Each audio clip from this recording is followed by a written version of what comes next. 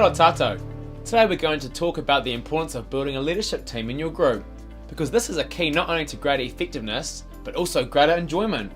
The first key to raising a team is to clarify together the vision that you serve. A group has to know why it exists. As discussed already, the basic goal areas for the church are related to loving God And each other. and making disciples.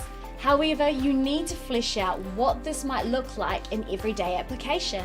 And the first step to raising up a team of leaders is to engage them in a discussion about the vision for the year. The more they are involved in this process of defining your goals and plan, the more that they will be committed to helping it be achieved.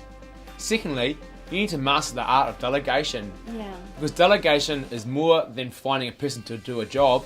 It's about empowering and supporting a person to do a job well. For example, not everyone is at the same level of leadership or gifting, and so you don't want a size 5 job to someone with a size 3 capacity, right? Because if you do, they might become discouraged, and if not managed well, that could affect them for a long time. So you need to assess the gifts and abilities of your leaders, because the real goal in delegation isn't just to get a job done, it's to grow the person who is doing the job. Yeah. Because in the church, we don't use people, we grow people. That's great. And then thirdly, you need to learn how to make your leaders a success.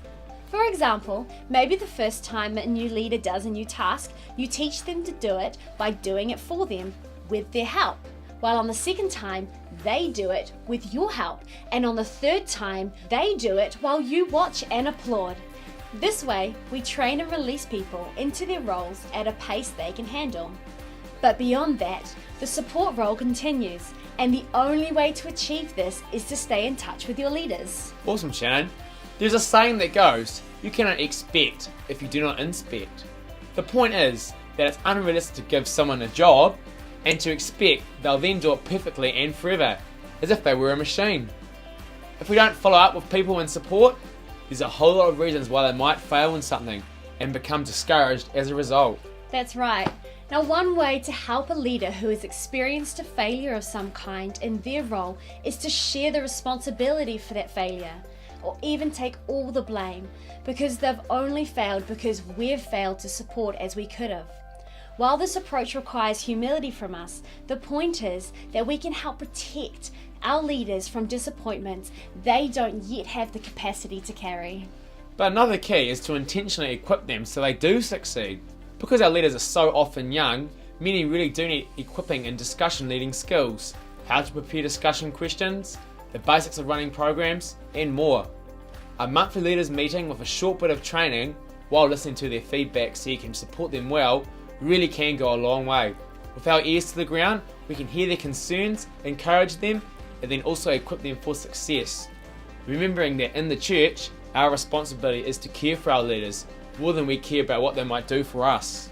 Now, we need to note that ministry in rural towns comes with some particular challenges. By age 18 or 19, most young adults would have left town. So you need to somehow raise up leaders from ages 15 and 16 onwards. Some denominations and organisations have great youth leadership training programs and conferences, which we recommend checking out, and getting your youth along too with you. But I'd encourage that you view this rural challenge positively, because these young leaders have their whole lives ahead of them, and there is no telling what they might achieve in the following 50 years because of the foundations that God used you to lay in their lives. Awesome.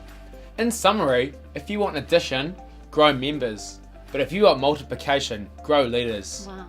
So why not start a monthly leaders meeting at which you have training for your leaders? Videos like these could be used to help you get started too, followed by a discussion time to encourage and grow your leaders. Because if you do this, in addition to being more effective, your job will become not only easier, but also a lot more enjoyable. Because nothing beats doing something with a team.